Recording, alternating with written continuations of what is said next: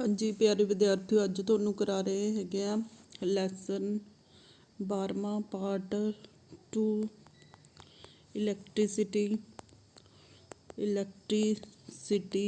ਬਿਜਲੀ ਕਿਆ ਹੁੰਦਾ।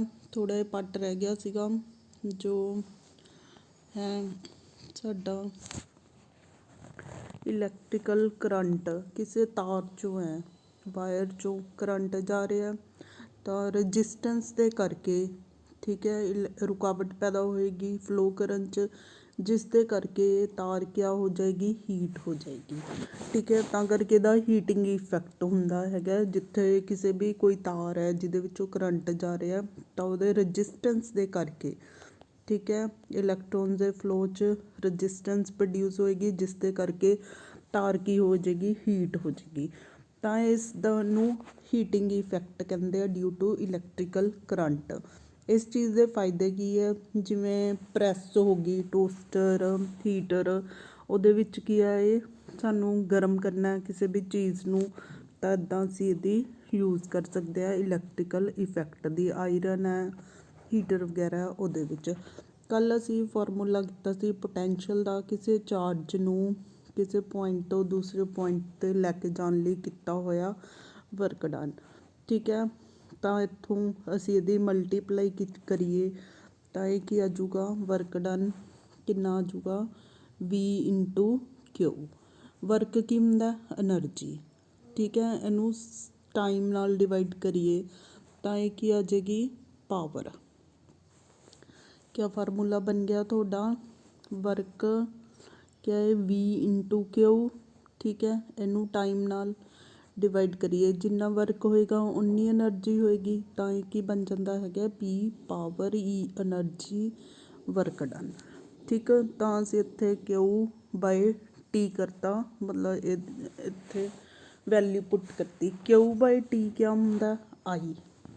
ਕੱਲ੍ਹ ਕੀਤਾ ਸੀਗਾ Q/T ਕਿਆ ਹੁੰਦਾ, I। ਤਾਂ ਅਸੀਂ ਕਿਆ ਲਿਖ ਸਕਦੇ ਹਾਂ, P = VQ/T। ਇਹਦੀ ਜਗ੍ਹਾ ਕੀ ਲਿਖ ਦਿਓ, ਕਰੰਟ। ਤਾਂ ਇਹ ਕੀ ਬਣ ਗਿਆ, ਇੱਕ ਫਾਰਮੂਲਾ ਪਾਵਰ ਕੱਢਣ ਦਾ, ਵੋਲਟੇਜ ਇਨਟੂ ਕਰੰਟ। ਔਰ ਅਸੀਂ ਕਿਹਾ ਹੈ ਕੋਈ ਵੀ ਤਾਰ ਹੈ ਜਿਸ 'ਚੋਂ ਇਲੈਕਟ੍ਰੀਸਿਟੀ ਪਾਸ ਹੁੰਦੀ ਹੈ ਤਾਂ ਉਹ ਹੀਟ ਹੋਏਗੀ। ਹੁਣ ਅਸੀਂ ਕੀਤਾ ਹੈਗਾ P = E/T, ਜਾਂ ਇੱਥੇ ਵਰਕ ਵੀ ਹੋ ਸਕਦਾ। ਤਾਂ ਇਹਦੀ ਮਲਟੀਪਲਾਈ ਕਰੀਏ, E = ਕਿੰਨਾ ਆ ਜਾਊਗਾ, P/T। ਠੀਕ ਹੈ, ਤਾਂ P ਦੀ ਜਗ੍ਹਾ 'ਤੇ ਤੁਸੀਂ ਕੀ ਲਿਖ ਸਕਦੇ ਹੋ, VI/T। ਐਨਰਜੀ ਕਿਹੜੀ ਹੋਊਗੀ, ਕਿਸ ਰੂਪ 'ਚ ਆ ਰਹੀ ਹੈ, ਹੀਟ ਦੇ ਰੂਪ 'ਚ। ਇਹ ਕੀ ਬਣ ਗਿਆ, IT।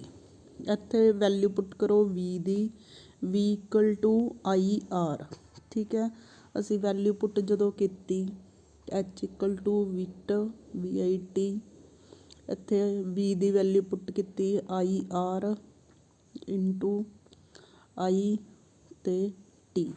ਤਾਂ ਇਹ ਕੀ ਹੋ ਗਿਆ, I² RT। ਤਾਂ ਐਨਰਜੀ ਜੋ ਹੈ ਕਿਸ ਰੂਪ 'ਚ ਨਿਕਲ ਰਹੀ ਹੈ, ਹੀਟ ਦੇ ਰੂਪ 'ਚ। ਠੀਕ ਹੈ, ਤਾਂ H = I² RT। ਇਹਨੂੰ ਜੂਲ ਲਾ ਆਫ ਹੀਟਿੰਗ ਕਹਿੰਦੇ ਆ, ਜੂਲ ਲਾ ਆਫ ਹੀਟਿੰਗ ਕਹਿੰਦੇ ਆ। ਠੀਕ ਹੈ, ਕਿਵੇਂ ਡਰਾਈਵ ਹੋਇਆ ਫਾਰਮੂਲਾ, P = E/T। ਮਲਟੀਪਲਾਈ ਕਰੋ, E ਕੀ ਆ ਗਿਆ, P × T। P ਦੀ ਜਗ੍ਹਾ ਅਸੀਂ ਕੀ ਭਰਤਾ, VI, ਅਤੇ V ਦੀ ਜਗ੍ਹਾ ਕੀ ਭਰਤਾ, IR। ਠੀਕ ਹੈ, ਅਤੇ ਇਹ ਐਨਰਜੀ ਕਿਸ ਰੂਪ 'ਚ ਨਿਕਲ ਰਹੀ ਹੈ, ਹੀਟ ਦੇ ਰੂਪ 'ਚ। ਤਾਂ H ਕੀ ਹੋ ਗਿਆ, ਹੀਟ, I² RT। ਇਸ ਨੂੰ ਅਸੀਂ ਕੀ ਕਹਿੰਦੇ ਹੈਗੇ ਆ, ਜੂਲ ਲਾ ਆਫ ਹੀਟਿੰਗ ਕਹਿੰਦੇ ਹੈਗੇ ਆ। ਅਤੇ ਇਹਨੂੰ ਤੁਸੀਂ ਸਮਝ ਸਕਦੇ ਹੋ ਕਿ ਕਿਸੇ ਵੀ ਤਾਰ 'ਚੋਂ ਜਦੋਂ ਕਰੰਟ ਪਾਸ ਹੁੰਦਾ ਤਾਂ ਉਹ ਹੀਟ ਹੁੰਦੀ ਹੈ। ਇਸ ਨੂੰ ਅਸੀਂ ਯੂਟੀਲਾਈਜ਼ ਕੀਤਾ ਹੈਗਾ।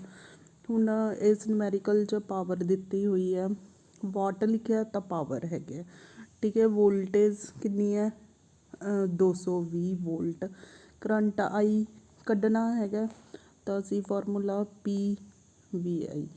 ਠੀਕ ਹੈ, ਇਹਨੂੰ ਇੱਧਰ ਡਿਵਾਈਡ ਕਰ ਲਾਂਗੇ, ਡਿਵਾਈਡ ਕਰੋ, ਪਾਵਰ ਕਿੰਨੀ ਹੈ, ਪਾਵਰ ਅਪੋਨ ਵੋਲਟੇਜ ਕਿਆ ਆ ਜਾਏਗਾ, ਕਰੰਟ ਆ ਜਾਏਗਾ। ਕੱਢ ਲਓ, 840 ਵਾਟ ਅਪੋਨ 220 ਵੋਲਟ। ਕੱਟ ਲਿਓ ਇਹਨੂੰ 3.82 ਐਂਪੀਅਰ ਕਰੰਟ ਦੀ ਇਕਾਈ ਆ ਜਾਏਗੀ। ਠੀਕ ਹੈ, ਆਈ ਕੱਢ ਲਿਆ ਤਾਂ ਅਸੀਂ ਇਸ ਤੋਂ ਆਰ ਕੱਢ ਸਕਦੇ ਹਾਂ, ਰਜਿਸਟੈਂਸ V/I 220 ਵੋਲਟ ਸੀ ਡਿਵਾਈਡ ਬਾਈ 3.82, ਇਹਨੂੰ ਕੱਟ ਕੇ ਰਜਿਸਟੈਂਸ ਆ ਜਾਏਗਾ ਇੰਨਾ। ਤਾਂ ਇਹ ਦੋ ਫਾਰਮੂਲੇ ਲਗਾਏ ਆ, P = VI, ਇੱਥੋਂ ਅਸੀਂ ਕਰੰਟ ਕੱਢ ਲਿਆ। ਠੀਕ ਹੈ, ਫਿਰ V = IR, ਇਸ ਫਾਰਮੂਲੇ 'ਚ ਆਰ ਕੱਢ ਲਿਆ। ਇੱਦਾਂ ਦੋਨੋਂ ਫਾਰਮੂਲੇ ਯੂਜ਼ ਕਰਕੇ ਅਸੀਂ ਇਹ ਕੱਢਿਆ ਹੈਗਾ। ਅਗਲਾ ਹੈਗਾ ਹੀਟ ਦਿੱਤੀ ਹੈ, ਜੂਲ ਹੈ। ਠੀਕ ਹੈ, ਹੀਟ ਦਿੱਤੀ ਹੋਈ ਆ, ਆਰ ਦਿੱਤਾ ਔਰ ਸਮਾਂ 1 ਸਕਿੰਟ ਲਈ। ਠੀਕ ਆ, ਤਾਂ ਤੁਸੀਂ ਕੀ ਕੱਢਣਾ ਹੈਗਾ, ਪੋਟੈਂਸ਼ੀਅਲ ਡਿਫਰੈਂਸ ਲਗਾਓ। Formula H = I²RT। ਤਾਂ ਪੋਟੈਂਸ਼ੀਅਲ ਕੱਢਣ ਲਈ ਪਹਿਲਾਂ I ਕਰੰਟ ਕੱਢਣਾ ਪਏਗਾ। ਤਾਂ ਇਹਨਾਂ ਨੂੰ ਇੱਧਰ ਲੈ ਜਾਓ, ਡਿਵਾਈਡ ਹੋਏਗਾ, ਸਕੇਅਰ ਰੂਟ ਆ ਜਾਏਗਾ। ਠੀਕ ਹੈ, ਤਾਂ ਫਾਰਮੂਲਾ ਕੀ ਬਣ ਗਿਆ, I = H/RT ਸਕੇਅਰ ਰੂਟ। ਇੱਥੇ ਵੈਲਿਊਜ਼ ਪੁੱਟ ਕਰ ਲਓ, H ਦੀਆਂ, R ਦੀਆਂ ਅਤੇ T 1 ਸਕਿੰਟ। I ਕਿੰਨਾ ਆ ਗਿਆ, 5 ਐਂਪੀਅਰ। ਠੀਕ ਹੈ, ਸੈਕਿੰਡ ਫਾਰਮੂਲਾ ਲਗਾਓਗੇ ਹੁਣ ਤੁਸੀਂ, ਵੋਲਟੇਜ ਪੋਟੈਂਸ਼ੀਅਲ ਡਿਫਰੈਂਸ ਕੱਢਣ ਲਈ 5 ਐਂਪੀਅਰ ਆ ਗਿਆ ਔਰ ਰਜਿਸਟੈਂਸ ਕਿੰਨੀ ਹੈ, 4 ਓਮ। ਤਾਂ ਵੋਲਟੇਜ ਕਿੰਨੀ ਆ ਜਾਏਗੀ, 20 ਵੋਲਟ। ਦੋ ਫਾਰਮੂਲੇ ਲਗਾਏ ਆ, H = I²RT, ਇੱਥੋਂ I ਫਾਈਂਡ ਆਊਟ ਕਰ ਲਓ, ਫਿਰ V = IR। ਤਾਂ ਇੱਦਾਂ ਤੁਸੀਂ ਦੋਨੋਂ ਫਾਰਮੂਲੇ ਯੂਜ਼ ਕਰਕੇ V ਦੀ ਵੈਲਿਊ ਕੱਢ ਸਕਦੇ ਹੈਗੇ ਹੋ।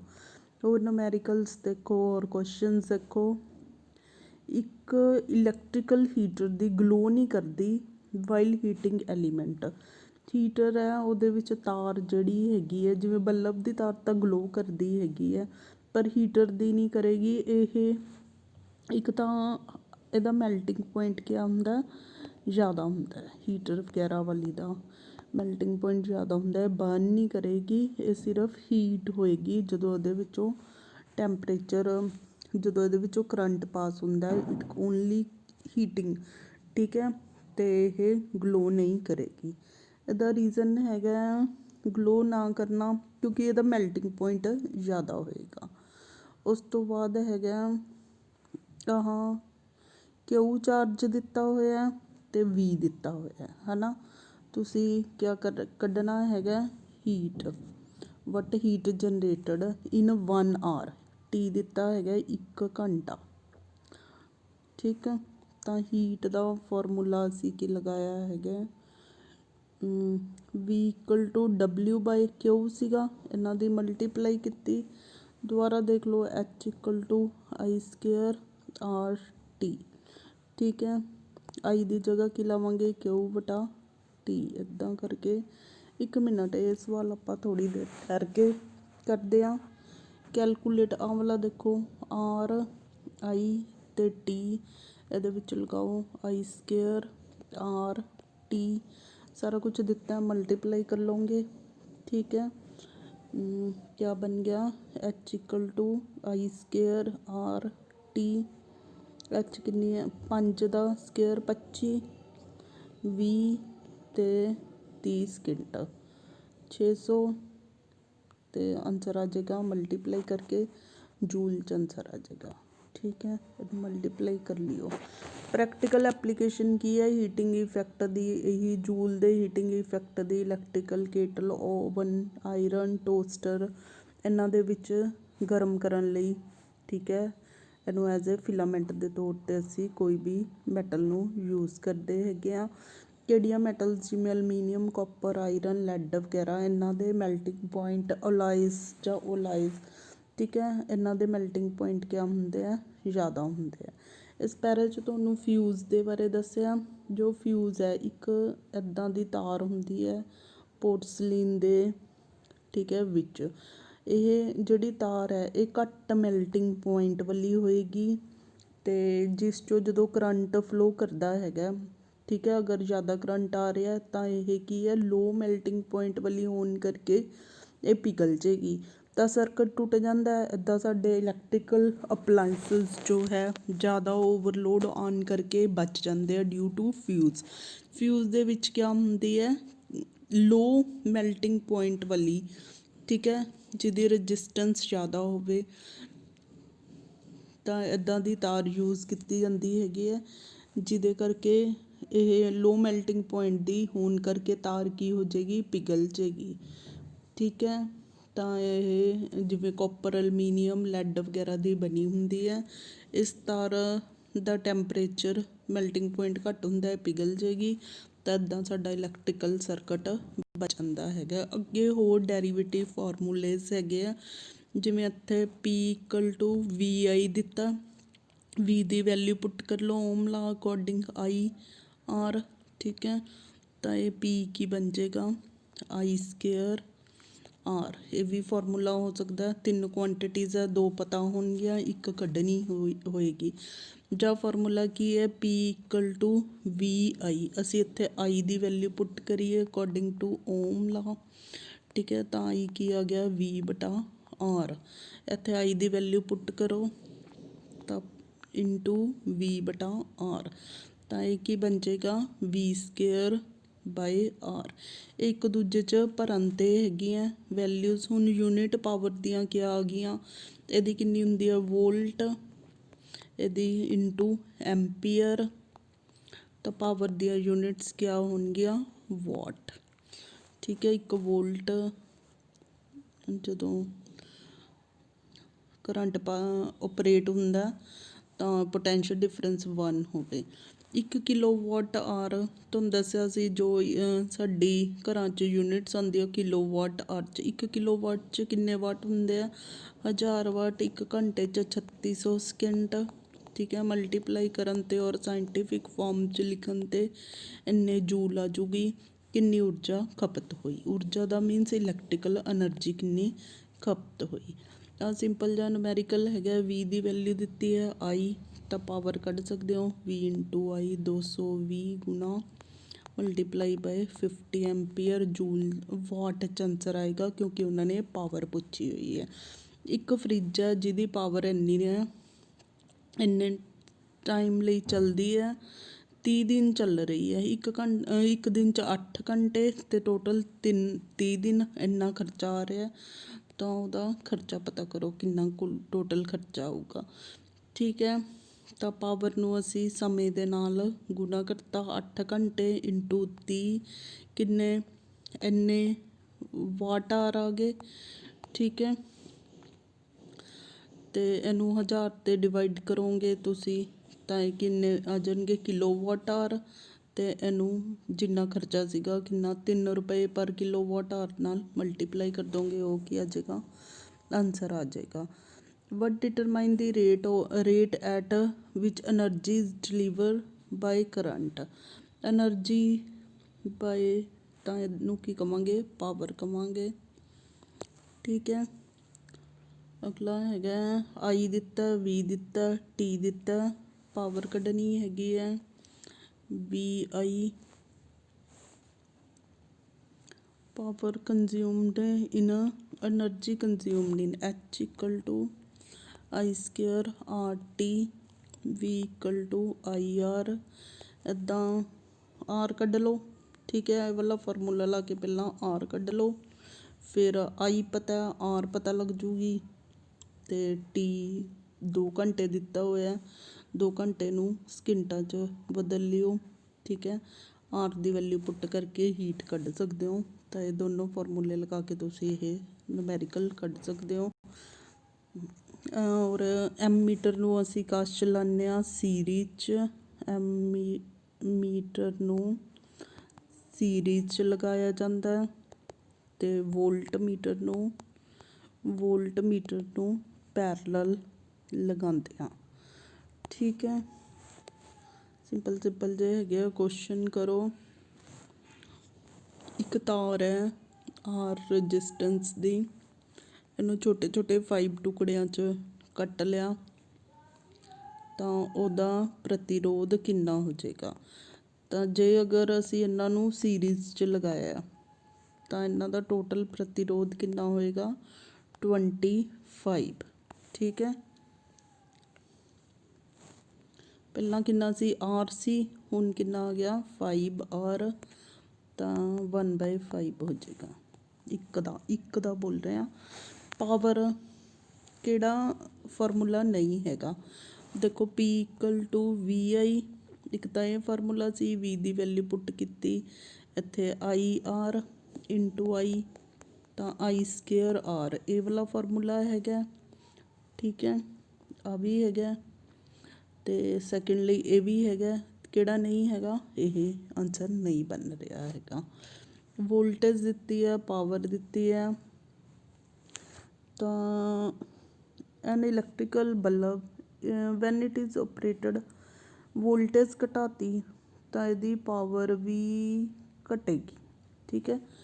क्योंकि P ते V जिहड़ी है एक कॉन्सटेंट क्वांटिटी आई आ रही है, तो अगर वोल्टेज सीधा अनुपाती हो गया ना, डायरैक्टली प्रपोर्शनल हो गया, तो जे वोल्टेज घटेगी तो पावर भी घट जाएगी। जिवें असीं एक मोटर है, उन्होंने ज़्यादा वोल्टेज देवांगे तो ज़्यादा कम करेगी, उसकी पावर भी ज़्यादा होगी।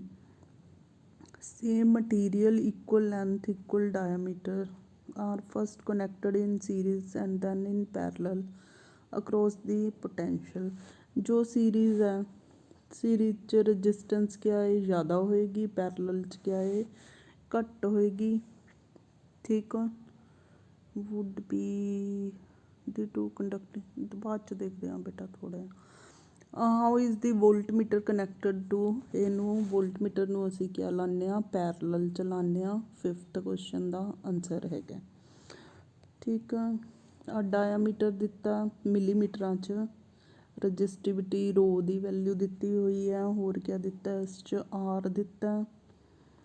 How much resistance change if the diameter is double, तो असी रजिस्टेंस का जो है एरिए दे नाल रिलेशनशिप लगा लो।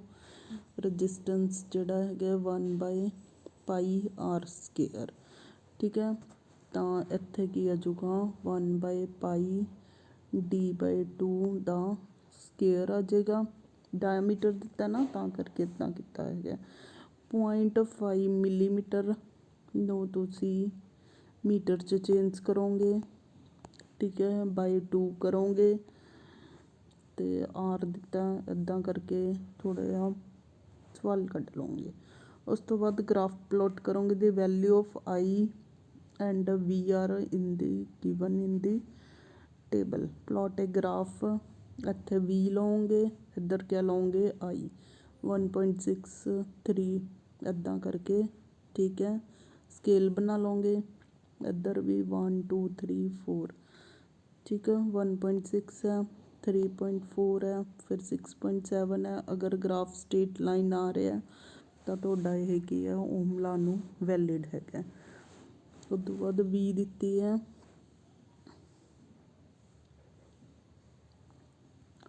देखो V दिता, I दिता, इत्थे ध्यान देन जो कि है मिली एंपीयर। 1 एंपीयर 10⁻³ मिली एंपीयर के बराबर होगा, तो R कड्डो, V = IR, ठीक है। लगा के ये वाला क्वेश्चन कढ़ सकते हो।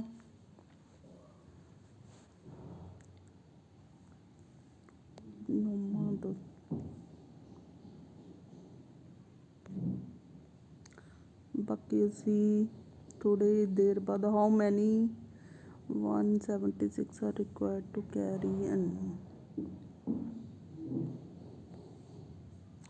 ठीक है। आफ्टर ए टाइम असी इन्ना तुसी करो नूमैरिकल्स, बाकी असी बाद च करते है आफ्टर ए थोड़ी जी रिवीजन तो बाद, ठीक है बेटा। Thank you for watching.